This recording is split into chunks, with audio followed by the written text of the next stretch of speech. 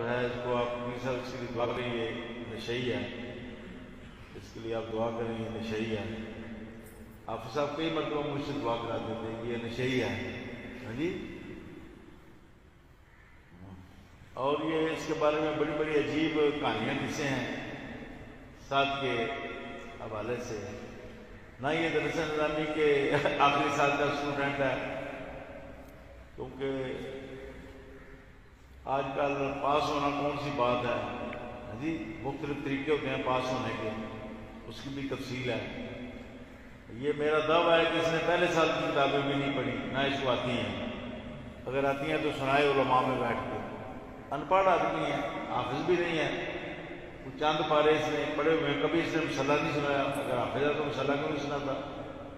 حافظ بھی کوئی نہیں، نہ یہ عالم ہے، اور ذہنی طور پر یہ بیمار ہے، تو یہ کیسے پوری امت کا امیر ہو سکتا ہے؟